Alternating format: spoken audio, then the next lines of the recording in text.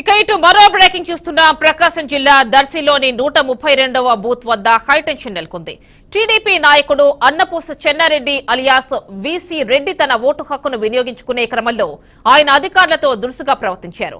ఆయన ఓటు వేసేందుకు వెళ్లగా పోలింగ్ అధికారులు తనని గుర్తింపు కార్డు చూపించండి అని అడగ్గా తానెవరో తెలుసా, తననే ఐడి కార్డు అడుగుతారా అని ఆక్రోశంతో ఊగిపోయారు. పోలింగ్ బూత్ లో ఉన్న ఎంపీ అభ్యర్థికి సంబంధించిన ఈవీఎంను నేలకేసి కొట్టడంతో ఒక్కసారిగా పోలింగ్ సిబ్బంది షాక్ అయ్యారు.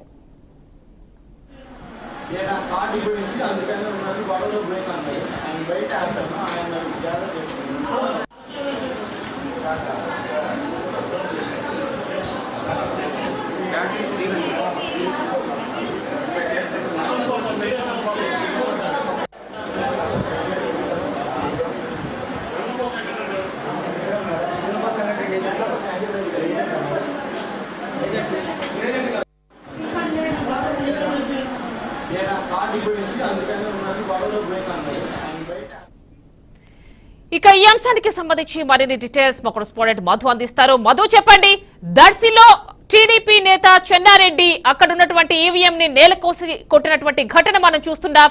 ఏం జరిగింది, డీటెయిల్స్ ఇవ్వండి.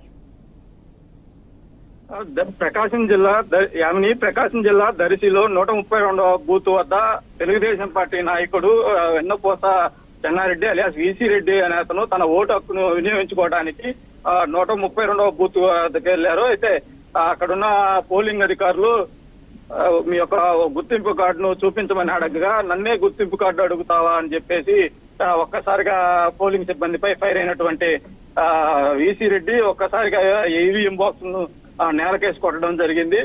అయితే ఒక్కసారిగా కంగుతున్న పోలింగ్ అధికారులు వెంటనే ఉన్నతాధికారులకు సమాచారం అందించగా వారు సంఘటనా స్థలానికి చేరుకొని ఈవీఎంలను పరిశీలించగా 70% ఛార్జింగ్ ఉంది అని చెప్పేసి దాన్ని తాత్కాలికంగా దాన్ని అయితే రన్నింగ్ లో పెట్టడం జరిగింది. ఆమెని అంటే ఇక్కడ మనం చూసుకున్నట్లయితే ఎవరైతే వీసీ రెడ్డిగా చెప్తున్నారో ఈ వెన్నపూస చెన్నారెడ్డి నేను ఎవరో తెలుసా అని చెప్పి అక్కడ ఉన్నటువంటి అధికారులను ఎవరైతే గుర్తింపు కార్డు కోసం అడిగారో వాళ్ళని ప్రశ్నించినటువంటి సిచ్యువేషన్ మనం చూస్తున్నాం.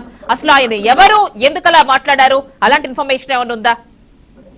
అంటే స్థానికంగా ఉన్నటువంటి అతను రీసెంట్ గా వైసీపీ నుంచి టీడీపీలో జాయిన్ అయ్యారు ఆమెని. అయితే మాగుంట శ్రీనివాసరెడ్డి ప్రధాన అనుచరుడిగా దర్శి నియోజకవర్గంలో అయితే అతను చెరగని ముద్ర అయితే ఉంది. అంటే ఈ నేపథ్యంలో అతను ఒకంత అసహనానికి లోనయ్యారు.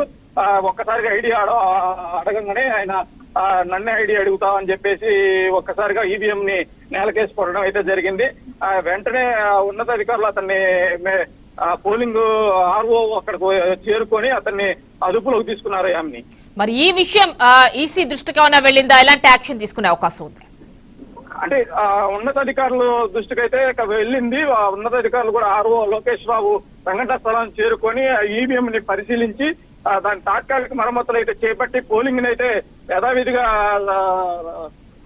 జరిపేందుకు అయితే సన్నాహాలు చేశారు. అయితే అతనిపై క్రిమినల్ చర్యలు అయితే తీసుకొని మళ్ళీ ఇలాంటి సంఘటనలు పునరావృతం కాకుండా దర్శి నియోజకవర్గంలో మరీ ఎప్పుడు ఇలాంటి రిపీట్ కాకుండా ఉండే విధంగా కఠిన చర్యలు తీసుకుంటామని చెప్పేసి ఆర్ఓ ఎలక్షన్ అధికారి